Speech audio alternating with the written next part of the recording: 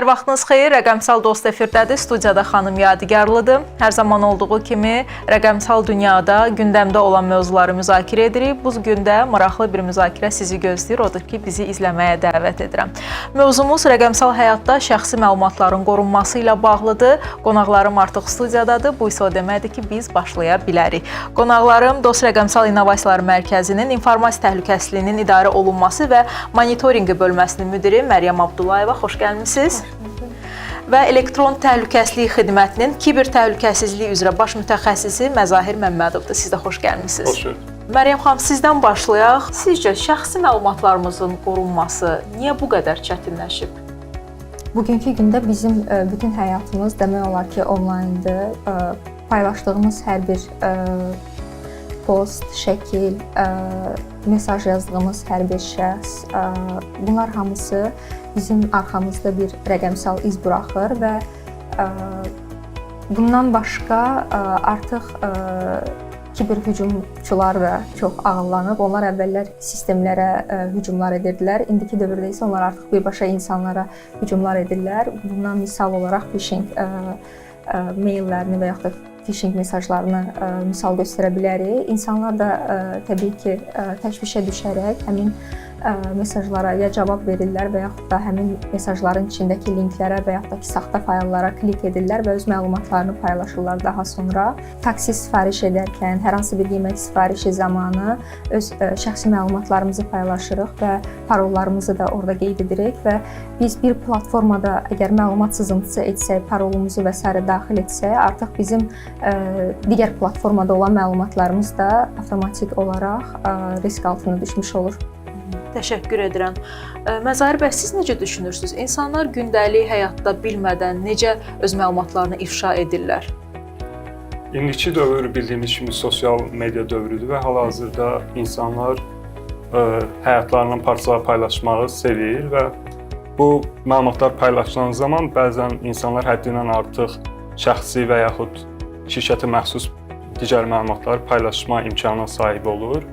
Və bu əsasən bizdə açıq profil, açıq hesablara sahib şəxslərə aiddir ki, məsələn, məşhurlarda biz əsasən görürük ki, hər hansısa bir necə deyirlər, setdən və yaxud başqa bir yerdən post, video paylaşanda həmin yerin location-ı və digər ünvanı və digər detallar həmin o postlarda və s. görünə bilir. Bundan əlavə biz indi rəqəmsallaşdırma dövründəyik və bizdən toplanan məlumatlar sadəcə şəxsiyyət vəsiqəsi və sənədlərdən ibarət deyil. Bizim günlük davranışlarımız və necə elə axtarış tarixçəmiz və s. bunlar hamısı kiber hücumçular üçün bir hədəfdir və biz istənilən bir mühitdə bu məlumatların qorunduğundan əmin olmalıyıq ki, Məryəm xanım da qeyd etdiyi kimi digər phishing hücumları və s. qurban olmayaq. Məsələn, hər hansı bir hücumçu sizin davranışınızı təhlil edəsə, anlaya bilər ki, sizin ümumiyyətlə təqib elədiyiniz trendlər nədir və ona uyğun sizə biz ona spear phishing deyirik, yəni xüsusilə hazırlanmış sizin üçün phishing hücumu hazırlaya bilər, hansı ki sadəcə sizin zövqünüzə uyğundur və siz bunu təcili şəkildə klikləməyə bir növ yönəlirsiniz. Buna uyğun məsələn məlumatlar ona görə daha çox ifşa olunmağa açıqdır və daha böyük təhlükə yaradır. Bəs bu phishinglərin hazırlanması nə qədər vaxt alır? Əslində indiki dövr biz rəqəmsallaşma dövründə qeyd edirik, amma biz süni intellekt dövrünə keçid prosesindəyik və hal-hazırda hücumçular üçün bu proses çox sadədir. Mən təzəcə bir araşdırma oxumuşdum. Məsələn, müxtəlif süni intellekt agentlərinin həmin bu phishing hücumlarını nə qədər effektiv hazırladığı haqqında və demək olar bunlar bu araşdırmada müqayisə obyekti, müqayisə subyektləri, süni intellekt agentləri və insan ekspertləridir, hansı ki phishing hücumları üzrə ekspertiza alıb və araşdırma nəticəsi onu göstərir ki, süni intellekt agentləri hətta insan ekspertlərdən belə daha yaxşı phishing hücumları, daha effektiv phishing hücumları hazırlaya bilir. Buna görə də bu proses hal-hazırda çox sadədir, yəni sadəcə sizin zövqünüzə uyğun açar sözləri hər hansı bir süni intellekt agentinə çox detallı bir phishing hücumu, phishing mesajı hazırlamasına səbəb ola bilir. Təşəkkür edirəm. Çox maraqlı bir məlumat idi, bizimlə də bölüşdünüz. Hər birimiz sosial mediada olsun, digər tətbiqlərdə olsun, şifrələrdən, parollardan istifadə edirik. Bəs biz bu parolları, yəni ki, özümüz üçün xüsusi parol hazırlayarkən nə kimi məqamlara diqqət etməliyik? Parol təhlükəsizliyində ən böyük risklərdən biri insanların eyni parolu bir neçə hesablarda istifadə etməsidir. Bu nə kimi bir risk yaradır? Bizim məsələn tutaq ki, sosial şəbəkə hesabında istifadə etdiyimiz parolun eynisini çalışdığımız bir qurumda hansısa sistemdə də istifadə ediriksə, şəxsi hesabımızın parolu hansısa bir şəxs tərəfindən ələ keçirilərsə və ya da kiber hücumçu tərəfindən ələ keçirilərsə, bu avtomatik çalışdığımız qurumların sistemlərini də təhlükə altına alır. Ona görə tövsiyə olunur ki, hər bir hesabda ayrı-ayrı parollardan istifadə olunsun. Eyni zamanda biz parolları təyin edərkən kompleksliliyə diqqət etməliyik. Yəni parollarda müxtəlif simvollardan istifadə olunmalıdır. Uzun parollardan maksimum istifadə etməliyik. Onun tərkibində böyük hərf, kiçik hərf, rəqəmlər və xüsusi simvollar yer almalıdır. Yəni tövsiyə olunan odur ki, ən az 10 simvoldan ibarət olsun parol və daha uzun olsun. Daha sonra iki faktorlu avtentikasiyadan istifadə olunması tövsiyə olunur. Çünki parol birinci mərhələdir, ikinci mərhələ, əgər parol məsələn tutaq ki, sızarsa, iki faktorlu doğrulama parol hesaba girişin qarşısını alır. Daha sonra parollarla bağlı parolları hər hansı bir saxta veb saytlarda və s. qeyd etməmək və s. bunlar tövsiyə olunur. Bəs parollarımızı neçə müddətdən bir yeniləməliyik? Beynəlxalq standartlara görə 90 gündən bir yenilənməsi tövsiyə olunur. Əgər amma parollarla bağlı risklər varsa, daha tez-tez dəyişilməsi də məqsədə uyğundur. Daha tez-tez bu bir aydan bir ola bilər? Ola bilər, bəli. Zahir bəy, tutalım şəxsi məlumatları artıq internetə sızdı. Bu zaman ilk atacağı addım nə olmalıdır? Bu zaman istənilən şəxsi məlumat əsasən parol qırılması üzərindən aparıldığı üçün mən düşünürəm ilk addım mövcud hesablanan parolların dəyişdirilməsi olmalıdır. Bu sadəcə dəyişikliklə qalmır, həmçinin o hesabların daxilində olan şəxsi məlumatlara hər hansı bir dəyişiklik olmadığını və yaxud əl çatanlığında problem olmadığını və bütövlüyü hamısı yoxlanılmalıdır. Məsələn, sizin müxtəlif hesablarınızda maliyyə məlumatları mövcuddursa, bunlar dərhal yoxlanılmalıdır ki, hər hansı bir maliyyə zərəri sizə dəyibmi və buna uyğun siz uyğun təşkilatlara şikayət ərizəsini yaza biləsiniz. Bundan əlavə, təbii ki, gələcək hücumların qarşısını almaq üçün addımlar da atılmalıdır. Buna ilkin olaraq mən verə biləcəyim misal multifaktor avtentikasiya, hansı ki, yalnız parol ilə yox, digər bir vasitə ilə də hesabınızı qorumaqdır. Hətta yeni bir yanaşma var ki, bundan sonra parolsuz ümumiyyətlə avtentikasiya, parol avtentikasiyanı üstələyəcəyi düşünülür növbəti illərdə. Bu nədir? Məsələn, sizin istifadə edə biləcəyiniz avtentifikator tətbiqləri və s. sizin həmin sistemə giriş nöqtəniz yalnız o olması düşünülür ki, bu tip parol sındırılması hallarının qarşısı alınsın. Biraz bu mövzunu daha da açsaq, yəni parolsuz olduqda qeyd etdiniz, yalnız hər zaman giriş etdiyimiz yerlərdənmi giriş edə bilərik? Yəni ünvan üzrəmi olacaq bu girişlər? Məsələn, bizdə hal-hazırda mövcud olan Google, Microsoft Authenticator tətbiqləri ilə bir çoxunuz tanışsınız. Yalnız həmin tətbiqlər üzərindən bir dəfəlik kodlarla giriş sizin təhlükəsizliyiniz üçün daha uyğundur və buna görə buna tamamilə keçkin proqnozlaşdırılması düzünə qalsa mənim üçün tamamilə real deyil, amma bir neçə mənbədə oxuduğuma görə bunun tətbiqi planlanır, amma təbii ki, bütöv keçid uzun bir vaxt alacaq. Bəli, izləyici sayını dünya üzrə nəzərə alsaq, bu mürəkkəb prosesdir. İstərdim biraz mövzumuzu ağıllı cihazlara yönləndirək. Hər birimiz ağıllı cihazlardan istifadə edirik. Son illər isə ağıllı ev cihazları, ümumiyyətlə ağıllı ev layihəsi çox aktualdır. Bəs bu ağıllı ev cihazları sizcə təhlükəsizdirmi? Ağıllı ev cihazları bizim onları necə istifadə etdiyimizdən asılıdır, təhlükəli olub-olmamağı. Təhlükəli də ola bilər, təhlükəsiz də ola bilər. Biz demək olar ki, evdə hər birimiz istifadə edirik və ümumiyyətlə məsələn kameralardır və yaxud da Wi-Fi cihazlarıdır. hətta ağlı toz soranlar indi çox adam istifadə edir. Nəzərə alsaq ki, ağlı cihazlar internetə qoşulur. Təbii ki, onlarla bağlı risklər də mövcuddur. İlk öncə biz ağlı cihazları alıb quraşdıran zaman onların default parollarını dəyişməliyik. Çox adam bunu etmir və bu parollar da təbii ki, internetdə hamıya məlumdur və bir boşluq kimi qalır və bu zəiflikdən də istifadə edirlər kiberhücumçular. Və eyni zamanda bu cihazların yeniləmələri olmalıdır. Vaxtaşırı olaraq istehsalçı şirkətlər yeniləmələri buraxırlar və həmin yeniləmələri çox adam göz ardı edir və yaxud da gecikdirir yeniləməni etməyi. Bu da bir çox boşluqlar yaradır. Bunun üçün yeniləmələri vaxtında etmək, parolları dəyişmək ağlı cihazlarını daha təhlükəsiz şəkildə istifadə etməyə imkan verər. Bəzən bəlkə siz də qarşılaşırsınız, insanlar iş yerlərində kompüterlərdən istifadə edərkən onun kamera hissəsini bağlayırlar. Bəli. Bu nə ilə bağlıdır? Yəni sizcə nəyə görə elə addım atırlar? Primitiv bir yanaşmadır, yoxsa həqiqətən bunun kökündə nəsə real bir fakt dayanır? Bəli, kameralara giriş əldə etmək mümkündür. Əgər bir boşluq varsa və s. sistemdən daxil olub kameradan sizi izləyə də bilərlər. Həmçinin də evdə quraşdırılan kameralarla da bağlıdır bu.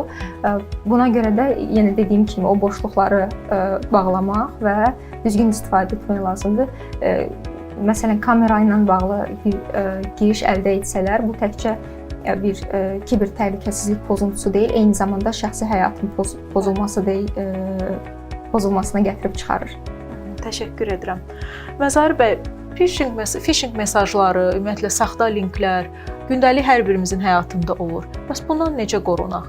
Xüsusilə e-maila gələn, telefonun mesaj bölməsinə gələn. Mən ilkin olaraq phishing hücumlarında istifadə olunan üsulları qeyd edəcəm, ona uyğun qorumalar. İlkin olaraq ən çox istifadə olunan üsul hər hansısa bir sizə xüsusi bir fürsətin təqdim olunmasıdır. Məsələn, sizin dediyimiz kimi mediada davranışınız təhlil olunaraq sizə uyğun spesifik bir mesaj hazırlanır və burada sizin üçün spesifik bir fürsətin mövcudluğu təqdim olunur. İlkin olaraq həmin insan həmin o fürsəti təqdim edən şirkət və yaxud qurumun reallığını yoxlamalıdır. Əgər realdırsa da həmin maildə qeyd olunan e-mail ünvanı, domeni və s. yoxlanılmalıdır ki, bunlar həqiqətən təqdim edən quruma aiddirmi və ya yox. Bundan əlavə phishing hücumlarında ən çox istifadə olunan üsullardan biri qorxu və təhdiddən istifadədir. Məsələn, sizin hər hansı bir hesabınızın parolunun sındırıldığı bir bildiriş gələ bilər və buna uyğun sizdən parolun yenilənməsi və digər fəaliyyətlərin görülməsi addımları atıla bilər, hansı ki, sizi hər hansısa bir xüsusi fayla və yaxud da əsasən keçidə yönləndirməyə çalışır. Yəni, bunlardan qorunmaq üçün həmin o keçidi müxtəlif platformalar var, hansı ki, qurumlar tərəfindən reklam olunur. Yoxlamaq üçün həmin phishing linklərini kopya edib siz onun reputasiyasını yoxlaya bilərsiniz və ya phishingdə qeyd olunan domeni reallığına özünüz də göz ilə yoxlaya bilərsiniz ki, məsələn, mən bu həqiqətən hər gün girdiyim adresi, yoxsa müəyyən dəyişiklik edib sadəcə mənim gözümdə bir növ yanıltmaz etməyə çalışır. Çox məşhur bir bank var, onun adından phishing mesajları əhaliyə gedirdi, linklər və ad hissəsində yalnız 2 hərf fərqlənirdi. Bəli. Yəni demək olar ki, başlıq eyni idi, sadəcə daha çox diqqətli olmaq lazımdır. Bəli, bu çox oxşar, məsələn, bəzi hərf kombinasiyaları var. Məsələn, Microsoft şirkətində bu yaxınlarda M hərfi R və N hərflərinin birləşdirilməsi şəkildə yazılmışdı və ilk baxışda bu mən özüm də M olaraq oxuyuram məsələn onu, amma diqqətlə baxmaq lazım ki, həqiqətən bütün məlumatlar həqiqəti əks etdirilmi ya yox. İstərdim sosial mediada gizlilik parametrləri məsələsinə toxunaq. Məryəm xanım, sosial mediada gizlilik parametrlərini düzgün qurmaq nə dərəcədə vacibdir? Paylaşdığımız hər bir məlumat bizim üçün bir risk sayılır. Eyni ilə də sosial mediada paylaşdığımız məlumatlar, harda çalışırıq, haralara gedirik, bunlar hamısı sosial mediada paylaşılır. Doğum tariximiz, yaşadığımız şəhər və s. bunlar hamısını paylaşırıqsa, belə deyək, riski götürmüş oluruq və kiberhücumçular çox zaman hücum hazırlayarkən məhz birinci sosial mühəndisliyi sosial şəbəkədən başlayırlar və onların hücum etmək istədiyi şəxs kimdirsə, hədəf aldığı şəxs, onlar haqqında məlumat toplayarkən sosial şəbəkədə onların paylaşımlarına baxırlar. Yazı tərzi necədir, həyat tərzi necədir, dostları kimlərdir və s. Bunları sosial mediada öyrəndikdən sonra, daha sonra bir spear phishing hazırlayırlar və oradan götürdükləri məlumatlar əsasında bu phishing hücumlarını həyata keçirə bilirlər. Necə düşünürsünüz? Bir şəxs əgər ictimai bir fiqur deyilsə, sosial mediada öz postlarını, fotolarını, videolarını ictimai bir şəkildə yaymağı sizcə düzgündürmü? Təhlükəsizlik cəhətdən yəni. Bəli, təhlükəsizlik cəhətdən riskləri var. Çünki indi biz süni intellekt dünyasında yaşayırıq və deepfake texnologiyaları ilə hətta görüntünü oxşada bilirlər, səsi oxşada bilirlər və bizim paylaşdığımız hər bir məlumatlar bu kimi mənfi, neqativ tərəfdən də istifadə oluna bilər. Bəli, yəni sızmalar var və bu sızmalardan istifadə edə bilərlər. Tanınmış şəxslərə qarşı, eyni zamanda sadə, sıravi insanlara qarşı da. VPN istifadəsinə də istərdim toxunaq. VPN istifadəsi həqiqətən bizim məlumatlarımızı qoruyurmu, yoxsa bu sadəcə bir mifdir? Deməzdim bu sadəcə bir mifdir, amma VPN ümumiyyətlə nəzərə alanda təhlükəsizlik mexanizmi deyil. O sadəcə sizin internetdə ünvanınızı maskalamaq üçün istifadə olunan bir alətdir. Yəni əsasən bu müxtəlif mənbələrdən təhlükəsizlik aləti olaraq qeyd olunmur. Bu sadəcə sizin internetdə çıxışı olan IP ünvanınızı, internet protokol ünvanınızı dəyişib başqa bir adresə maskalayır və bu zaman siz harda olduğunuz və digər məlumatları qorumuş olursunuz. Amma biz bayaqdan qeyd etdiyimiz müxtəlif hücumlardan qorumuş olmuruq. Məsələn, siz hər hansı bir linkə keçid etdikdə yenə də həmin linkə doğru yönəlmiş olursunuz. VPN buna uyğun sizə heç bir qoruma tətbiq etmiş olmur, amma müəyyən qoruma mexanizmləri də mövcuddur. Amma ilkin bir növ hədəfi VPN-i sadəcə maskalamaqdır. Bu VPN-lər bizdə hücumçular tərəfindən də aktiv şəkildə istifadə olunur. Öz ünvanlarını bizdən qorumaq üçün bir növ. Yəni bu o deməkdir ki, VPN həm bir növ hücumda, həm də qorunmada sizə dəstək ola bilir. Ona görə mən VPN-i ümumiyyətlə təhlükəsizlik aləti adlandırmağa qarşıyam. Daha çox məncə bir növ sizi asanlaşdırır internetdə qorunma prosesi, qorunma deyil, maskalama prosesi asanlaşdırır. Məzari bəy, bir mövzuda istərdim toxunaq elə VPN-lərdən söz düşmüşkən. Bir neçə il bundan öncə, təxminən 5 il əvvəl bizim də cəmiyyət olaraq başımıza gəldi. VPN-dən istifadə etdiyimiz bir dövrdə Cənubi Qafqazda heç də həmin dövr üçün xoş münasibətdə olmadığımız bir ölkənin özünün VPN kanalları var idi ki, insanlar bilmədən həmin VPN kanallara qoşulmuşdular. Bu zaman necə? Yəni ki, həmin insanlar məlumatlarımızı ələ keçirə bilərlərmi? Bəli, onu da qeyd etməliydim. VPN providerlər sizin internetdə çıxan bütün datanızı, bütün internet paketlərinizi özündə saxlayırlar və bu zaman sizin həqiqi internet providerınıza heç bir məlumat ötürülmür. Sizdən çıxan bütün ictimai şəbəkə VPN üzərindən aparılır. Buna uyğun olaraq da sizin bütün məlumatlarınız əgər şifrələnmə zəifdirsə, bəli, VPN provider tərəfindən açıq tekst şəklində oxuna bilər və məlumatlarınız ifşa oluna bilər həmin o VPN provider. Təşəkkür edirəm. Məryəm xanım, açıq Wi-Fi şəbəkələri məsələsinə toxunaq. Bəzən megabaytımız olmadıqda internet şəbəkəmiz hansısa bir yerə getdikdə sevinirik ki, açıq Wi-Fi var burada. Qoşulaq yoxsa qoşulmayaq həmin Wi-Fi-lara? Açıq Wi-Fi-lardan istifadə ümumiyyətlə bir çox risklər yaradır. Buna görə də Wi-Fi şəbəkəsinə qoşulmazdan əvvəl daxil etdiyimiz məlumatlara diqqət etməliyik. Təbii ki, əgər zərurət varsa biz qoşuluruq, amma qoşulan zaman hansı məlumatlarımızı daxil edirik, parollarımızı qeyd edirik çünki daha sonra məlumat ötürürük. Bütün bunlara diqqət etmək lazımdır. Ələxüsus da məsələn biz xidmət öhdəliklərimizi yerinə yetiririksə, qurumun hansı bir məlumatlarını paylaşırıqsa, bunu VPN üzərindən etsək daha yaxşı olar. Amma bəzi yerlərdə var ki, orada məhz dövlət tərəfindən təklif olunan açıq Wi-Fi-lar var. Onlara necə qoşula bilərikmi, yoxsa yox? Biz bilmirik ki, onlar hansı səviyyədə təhlükəsizlik konfiqurasiyalarına malikdir və buna görə də maksimum şəkildə diqqətli olmalıyıq və məlumatlarımızı paylaşarkən çalışmalıyıq ki, məxfi məlumatları paylaşmayaq. Təşəkkür edirəm. Məzahir bəy, sonda təmsil etdiyiniz elektron təhlükəsizlik xidmətinin məhz təhlükəsizlik ilə bağlı gördüyü işlərə istərdim toxunaq. Çünki bildiyim qədər siz böyük mərkəzlərdə, elektron monitorlarda xüsusi olaraq video çarxlar yerləşdirirsiniz, vətəndaşlar məlumatlı olsun deyə onların maarifləndirilməsini həyata keçirirsiniz. Bu istiqamətdə də istərdim məlumat verəsiniz.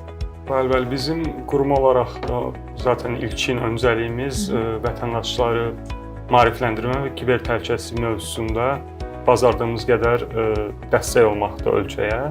Bunu biz müxtəlif qurumlarda baş vermiş insidentlərin araşdırılması və ümumi Azərbaycanda baş verən hücumların trendləri haqqında məlumatlar bölüşmək, hamısı daxildir ki, bizim digər şirkətlər bu məlumatları öz qoruma mexanizmlərində əlavə edib daha təhlükəsiz bir mühit yarada bilsin və bundan əlavə biz sadə vətəndaşlar üçün, yəni IT texnologiyalarının daha uzaq vətəndaşlar üçün bu təhlükəsizlik məsələlərini daha yaxşı anlaması üçün sadə video çarxlarda bölüşürük, hansı ki qeyd etdiyimiz phishing məsələləri, digər linklərdən, zərərli linklərdən uzaq olmaq, gördüyümüz hər bir faylı yüklənməmək, açıq Wi-Fi-yə qoşulmaqdan yayınmaq və s. bu məsələlərlə bağlı biz daimi olaraq məlumatlandırma prosesi aparırıq. Yeri gəlmişkən bir məqamı da qeyd edim ki, ölkə üzrə dost mərkəzlərində də elektron təhlükəsizlik mərkəzinin maarifləndirici video çarxları yayımlanır və dost mərkəzlərinə müraciət edən vətəndaşlar bu yolla maarifləndirilir. Onun üçün də sizə təşəkkür edirik. Bu dost mərkəzləri ilə elektron təhlükəsizlik mərkəzinin əməkdaşlığı çərçivəsində həyata keçirilir. Məryəm xanım, sizinlə biz daim birbaşa təmasdayıq və bir çox informasiya təhlükəsizliyi ilə bağlı video çarxlar ərsəyə gətirmişik. Orada siz özünüz elə birbaşa da bu çarxlarda iştirak etmişsiniz. Sonda istərdim informasiya təhlükəsizliyi ilə bağlı bizi izləyən auditoriyamıza siz də vacib mesajlarınızı verəsiniz. Əmək və Əhalinin Sosial Müdafiəsi Nazirliyi nəzdində fəaliyyət göstəririk və daha çox bu yaşlı nəsil, hansı ki kiber savadlılığı daha azdır, sosial təqaüd alan şəxslər, bunlar kiber hücumların qurbanı olurlar və burada ən vacib məsələ kiber maarifləndirməni və bu mədəniyyəti inkişaf etdirmək. Çünki kiber təhlükəsizlikdə biz müxtəlif alətlərdən, filtrlərdən istifadə etsək də, burada ən vacib məsələ insan faktoru olaraq qalır. İnsanlar nə qədər maarifləndirilsə, bir o qədər bu hücumların qarşısını almaqda bizə dəstək olarlar və öz məlumatlarını qorumuş olarlar və bu kimi hücumların da qurbanı olmazlar. Təşəkkür edirəm hər iki qonağıma. Çox sağ olun ki, vaxt ayırdınız, bugün studiyamıza gəldiniz və həqiqətən günümüzdə çox əsas yer tutan və demək olar ki, əhalinin bütün yaş qruplarının bilməli olduğu bir məqama, rəqəmsal savadlılığa toxunduq. Mövzumuz rəqəmsal həyatda şəxsi məlumatların qorunması idi. Qonaqlarım Dost Rəqəmsal İnnovasiyalar Mərkəzinin informasiya təhlükəsizliyinin idarə olunması və monitorinqi bölməsinin müdiri Məryəm Abdullayeva, eyni zamanda elektron təhlükəsizlik xidmətinin kiber təhlükəsizlik üzrə baş mütəxəssisi Məzahir Məmmədova idi. Belə, bizi izlədiyiniz üçün təşəkkür edirik. Növbəti Rəqəmsal Dostda yenidən görüşmək ümidi ilə hələlik.